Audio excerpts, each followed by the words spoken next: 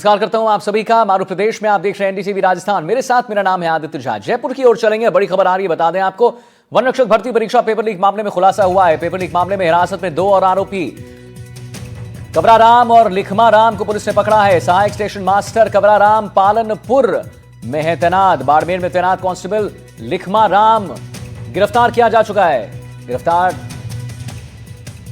टिमो कुमारी को का पति है कांस्टेबल लिखमाराम और एनडी सारण को लिखमाराम के लिए 6 लाख रुपए दिए गए थे। अब तक 9 वन रक्षकों समेत कुल 29 आरोपी गिरफ्तार किए जा चुके हैं। पुलिस को शक है कि दोनों पेपर में गड़बड़ी हुई है। और हम आपको बता दें, एनडी सारण के पास पहुंचा है पेपर, सेंटर से पहले ही लीक हुआ था।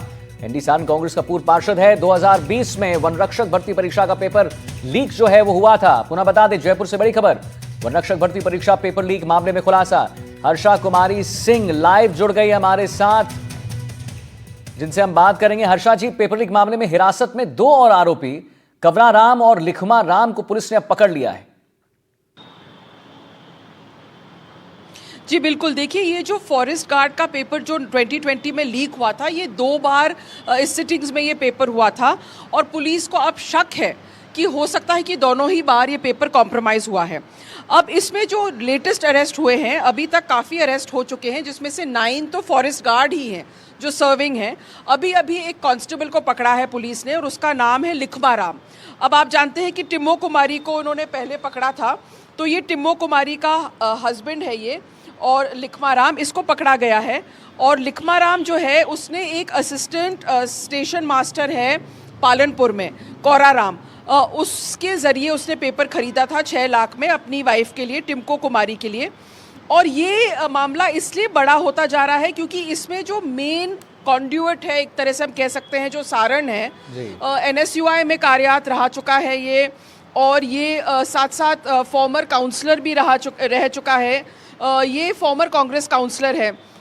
तो ये बहुत बड़ी खबर है। और साथ ही पुलिस को ये भी सस्पेक्ट है कि सारण के पास जो पेपर आया था वो सेंटर के पहले लीक हुआ है, यानी कि या तो कहीं ना कहीं जिसने एग्ज़ाम सेट किया है या ट्रांजिट में ये लीक हुआ है। तो ये बड़ी खबर है क्योंकि हम जानते हैं कि किस तरह से राजस्थान पब्लिक सर्विस कमीशन भी पूरी तरह से कॉम्प्रोमाइज़ हुई थी। और जैसे हम बता रहे हैं कि फॉरेस्ट गार्ड का जो ये एग्ज़ाम जिसमें लीक हुआ है, इसमें 29 अरेस्ट हो चुके हैं अब तक, जिसमें से 9 फॉरेस्ट गार्ड है। और अभी एक कांस्टेबल, एक तैनात कांस्टेबल को पकड़ना, ये भी बड़ी खबर है। ये आपको बताता है कि किस तरह से पूरा सिस्टम जो है वो पूरी तरह से कॉम्प्रोमाइज़ है और अंदर से ही इस तरह से लीक होना, कांग्रेस का कोई आदमी इन्वॉल्व होना, कोई जो पालनपुर में काम कर रहा है वो इन्वॉल्व होना। बाड़मेर से बड़ी खबरें आ रही हैं कि किस तरह से काफ़ी लोग जो पकड़े गए हैं, जैसे सारण है, उसके साथ उसने किस किस को पेपर बेचा। तो लगता है कि फॉरेस्ट गार्ड में और भी अरेस्ट डिटेंशन होते रहेंगे। लेकिन जो मेन सोर्स है पेपर का, किस तरह से पेपर आया, क्योंकि एसओजी सस्पेक्ट करती है कि ये जो पेपर है ये सेंटर पे आने के पहले लीक हुआ है। तो या तो जहां पेपर सेट हुआ था या इन ट्रांजिट लीक हुआ है जी। और अभी भी ये इन्वेस्टिगेशन का विषय है। ये इन्वेस्टिगेशन का विषय है, हर्षा जी आप बता रही हैं। और आप बता रहे हैं ये सेंटर पे आने से पहले लीक हो गया, तो क्या इसकी जानकारी जो तमाम अधिकारी हैं, बड़े अधिकारी, उनको नहीं थी हर्षा जी? देखिए, जब से एसओजी ने इसको संभाला है, क्योंकि 2020 में ये एग्ज़ाम हुआ था और इसको रद्द कर दिया गया था, लेकिन उसके बाद ये दूसरी बार भी हुआ था। तो अब जिस तरह से एसओजी इसमें तफ्तीश कर रही है, नए नए खुलासे हो रहे हैं।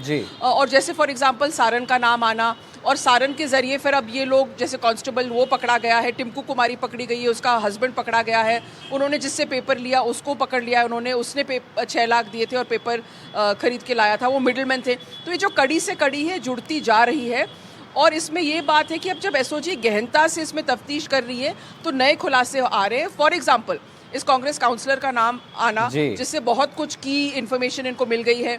और ये भी सस्पेक्ट करना, क्योंकि इसमें अभी सोर्सेज ने हमको बताया है, ये अभी कुछ कंफर्म नहीं है, लेकिन सोर्सेज कहते हैं कि उनको अंदेजा है, शक है कि पेपर सेंटर पे पहुंचने से पहले लीक हुआ है।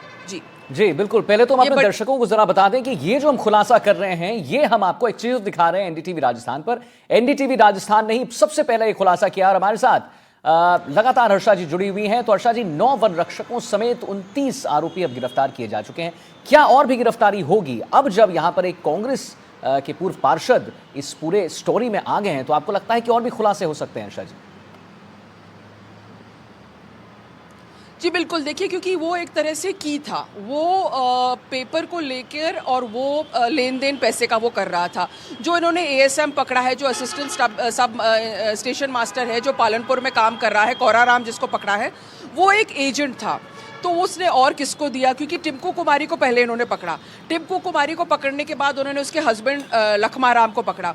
लखमाराम के ज़रिए उनको पता चला, क्योंकि टिंकू कुमारी को उनको अंदेशा नहीं था कि वो खुद पेपर लेके आएगी। फिर लखमाराम को पकड़ा। लखमाराम ऑलरेडी कांस्टेबल है, बाड़मेर में तैनात है, पुलिस फोर्स का हिस्सा है। Bag your pardon. लखमाराम को पकड़ने के बाद कौराराम की बात आई है, और फिर वो पूरा जो तार है वो कनेक्ट हो गए हैं सारण से, जो फॉर्मर कांग्रेस काउंसलर है।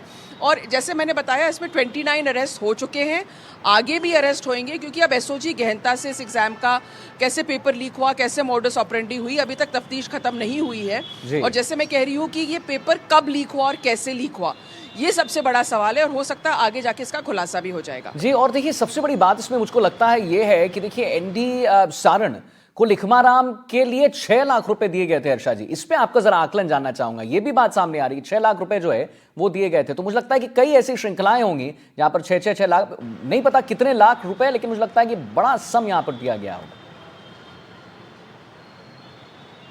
जी बिल्कुल, देखिए जो सारण है वो क्या काम करता है बाड़मेर में, कांग्रेस से तो पार्टी से जुड़ा हुआ ही था, एनएसयूआई में काम कर चुका है, फॉर्मर काउंसलर रहा चुका है, तो मतलब अच्छा खासा एक पद पे रहा है वो कांग्रेस पार्टी का।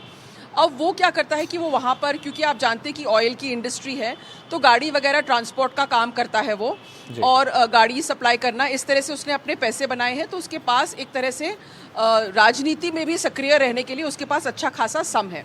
अब वो कैसे इस पूरे पेपर लीक माफिया में आया और उसके पास किस तरह से ये पेपर आ रहे थे, ये बहुत बड़ा सवाल रहेगा।